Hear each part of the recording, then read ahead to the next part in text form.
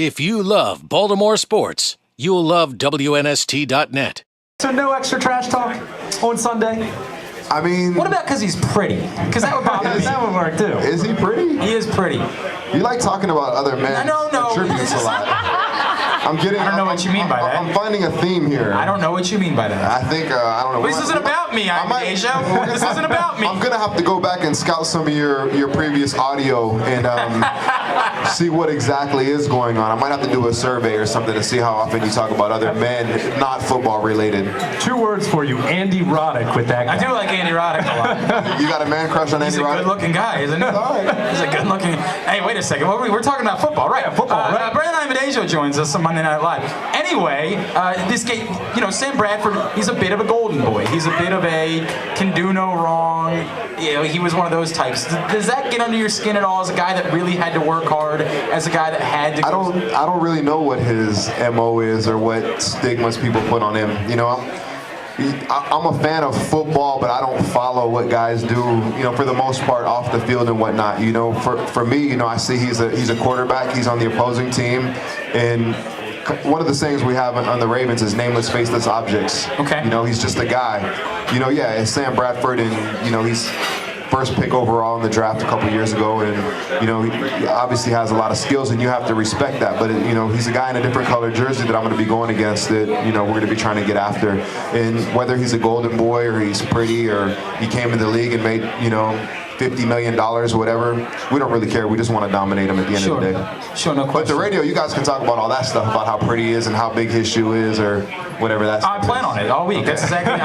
Every day I'm going to talk about how pretty you like his nipples and right. He likes long strolls on the beach. I meant to ask you, do you have superstitions on game day personally? We talked about we spent way too much time last week talking about shaving our legs, and I'm still not going to do it. But do you have superstitions? Yeah, every guy's got superstitions. That's just, we're creatures of habit. That's the way That's the way we're wired. I mean, I shave before every game. That's one of the things I got to do. So I shave before every game.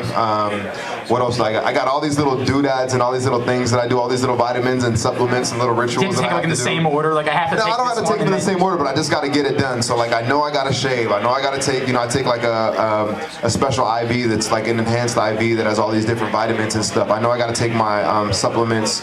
My pre-game, and then I take my night supplements, my day supplements, and all these things that I know that I got to do. Right. And I wear my socks a certain way, and those are just things I got to do because that's part of my ritual of preparing for a game. And then a lot of guys do that. Like Ray blesses everybody on the team with this like patchouli oil or something. What? He goes and he does a cross on every single guy. This is my 4th year playing with Ray Lewis. He does it every single guy. He's gonna do a little cross on your forehead and boom, tap you on the forehead. And he can do that because he's a Ray. Guy. If it wasn't, but who's gonna turn down a blessing? I bless thee, bam. You know what I'm saying? Who's gonna turn that down? Is anybody ever gonna turn down a blessing? Somebody's wishing something great upon you. Now wait a second. Who's gonna turn that down? Come on, if Morgan Cox walked up into that to you the first time, you wouldn't have said, bro. I'd be like, beat it, Morgan, don't touch me. You damn snapper, you don't even know how to play football. Right, you're barely on the team. I mean, it's Ray Lewis. It's the right, exactly. It's his team, How are you? Are you approachable before a game? Like on game day, do you go into like a mode or? Nah, I don't get psycho. I'm pretty focused, but I'm not like, I like to be loose and have fun and get after the other team, but I'm not one of those guys that does everything like pissed off, Right. Some guys like to be out, just, don't talk to me, don't touch me. Like, I'm not one of those guys. Do you listen to music? Do you have like a playlist or something like that? Yeah, I mean, I'll just like I used to have a playlist where I used to put on my music, and I used to have it, I'd roll it, every week and put different stuff on there, but now I just, turn on Pandora and just whatever it is. Yeah, just go with it. And I just go with it, yeah. So my college roommate was on the soccer team at Maryland, and he would have the same. I would walk in. I always loved doing it. It was my favorite part of the day. Anytime they play, he put on like Korn and Kid Rock and Metallica and things, right. And we just literally like knock into each other about 20 times. Right. It was just one of those goofy. A 2-man mosh pit. Yes, correct. It was quite awkward. That's no fun. What's not fun about that? It's great. You're going in and hitting someone. Pit. I've been to some heavy metal concerts and went to the mosh pit. That's fun. Well, who have you gone to see? Hang on. When someone sees someone like you in a mosh pit, they don't immediately clear out. I was going to say, they're getting out of the way. I had my Doc Martens on and everything. I had the Doc Martens on, and you start stomping and doing all this stuff. And I was throwing bows up in there. Who have you gone to see? I don't know, like when I was young in high school, it'd be like Metallica or one of those groups, you know, Enter Sandman, all that Sleep with One Eye Open, you know what I'm saying? You don't see... That's the jam right there. Some music's just classic, it doesn't matter, you know? No doubt. Some music's just classic, but yeah, I had a few hits. I had some good hits in the, I was the MVP, I think, of the mosh pit.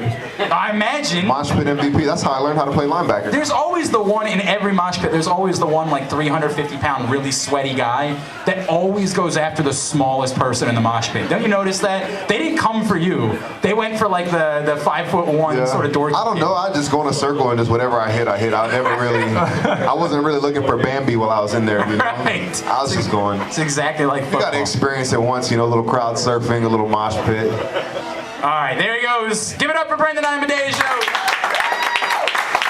He's going to go down to St. Louis, get a victory.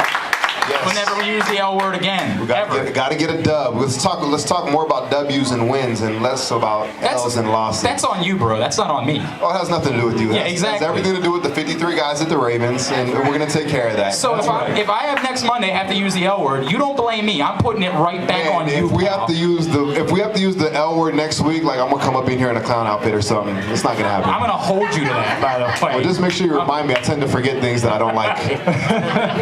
We'll be back here next Monday, 7 o'clock at High Tops, Monday Night Live. If you love Baltimore sports, you'll love WNST.net.